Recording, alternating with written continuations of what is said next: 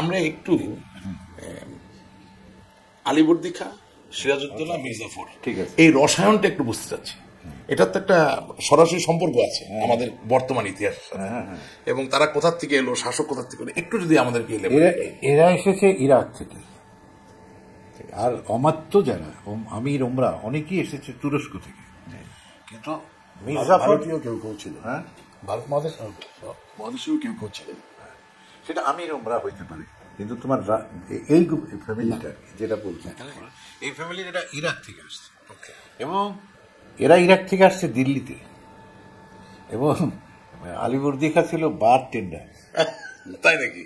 সম্রাটের drink a করতো, এবং খুব ভালো চেহারা, এই যে কেমন খাওয়াইলে ওই যেহেতু খাওয়াচ্ছে সম্রাটকে, তো সে খুব খুশি হয়ে বলছে, তুমি কি চাও, দিলদুরিয়া লোক, তো বলছে আমাকে একটা ভালো চাকরি দেন, আমি সেনাবাহিনীর চাকরি করো। তখন বললো তুমি বিহার যাও, পাটনায়। আচ্ছা, সে পাটনায় আসলো, পাটনায় এসে সে তার বুদ্ধি অমুক তমুক এগুলি খাটে টাটে সে আস্তে আস্তে সেনাপতি হয়ে গেল, জমাদার থেকে সুবেদার থেকে অমুক তমুক করে করে, এবং সেখানে সে খুব দক্ষতা দেখালো। বিশেষ করে তখন প্রায়ই বর্গির হামলা হতো বাংলায়, this person was a great hero, যে সে বর্গি বিনাশ করে দিয়েছিল।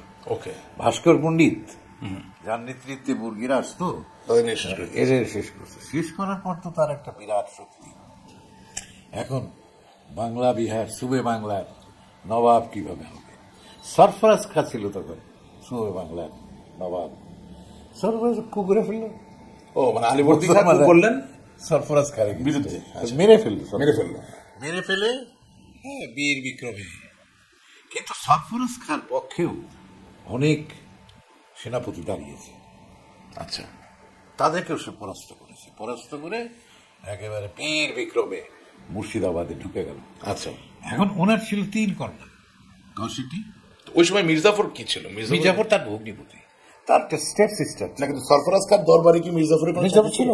মির্জাফর সেনাপতি, সেও সেনাপতি হয়েছিল সেনাপতি। সে একটা লাফাঙ্গা লোক ঘুরে বেড়াচ্ছে পাটনার রাস্তায়, যে লোকটা কোথায়, এই লোকটা চেনা মনে হচ্ছে। হুজুর, আমি তো আপনার সাথে ইরাক থেকে এসেছিলাম দিল্লি থেকে আবার আসছি, আচ্ছা আসো দেখা করো আমার সাথে। প্রথমে সৈনিক, তারপরে রিসালদার, তারপরে মুখটা করতে করতে সেও কিন্তু সেনাপতি হয়ে গেল। ওকে, দেখতে হ্যান্ডসাম।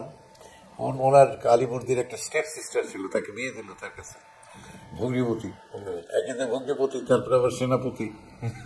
তো এবং সে বর্গির হামলার সময় তার গল্প খুব, যে সে পলাইছে মির্জাফর, আচ্ছা, কিন্তু বুদ্ধি ছিল। আচ্ছা, খাবার লোকদের কিন্তু বুদ্ধি থাকে, দুপুরে যুদ্ধের মধ্যে খেয়ে ঘুমাতো, এগুলি ছিল তার, খেয়ে ঘুমানো, আফিম খাওয়া, সাংঘাতিক আফিম খাওয়া নেশা ছিল। তারপরে আপনি বলতে চাচ্ছেন যে আলিবর্দী খাঁ যে নবাব হলে তার নবাবের জায়গাটা একটা বিরাট বড় নৈতিক চ্যুতির জায়গা ছিল, হত্যা করেই তাকে নবাব হতে হলো। সরফরাজ খাঁকে হত্যা করেছে। এবং অনেক সময় যখন সিরাজউদ্দৌলা করছে, যে মির্জাফরকে যখন মানে সেনাপতির থেকে সরিয়ে দিল, তারপরে কিন্তু নানি আলিবর্দীর স্ত্রী যায় বলছে, ডোন্ট ডু ইট, তুমি যেটা করছো আগে, এর গলা কেটে ফেলা, ওরা করো, এগুলা করো না। সরফরাজ খাঁর মৃত্যু আমি নিজের চোখে দেখেছি, তার সন্তানদের হাহাকার। সরফরাজ খাঁর স্ত্রীকে কিন্তু মাসোহারা দিতে আলিবর্দী, মাসুরে দিত, হ্যাঁ, ছেলে পেলে লালন পালন এগুলো সবই করছে। ওকে, ও কিন্তু অন্য মানে সে বারটেন্ডার ছিল কোর্টে, জীবনে কোনোদিন মদ স্পর্শ করেনি, দ্বিতীয় নারী তার জীবনে আসেনি আলিবর্দীর জীবনে। এই জন্য সিরাজকে বলতো তুই ঠিক হয়ে যা, তুই ঠিক হয়ে যা, সিরাজকে এটা শোনে নাকি?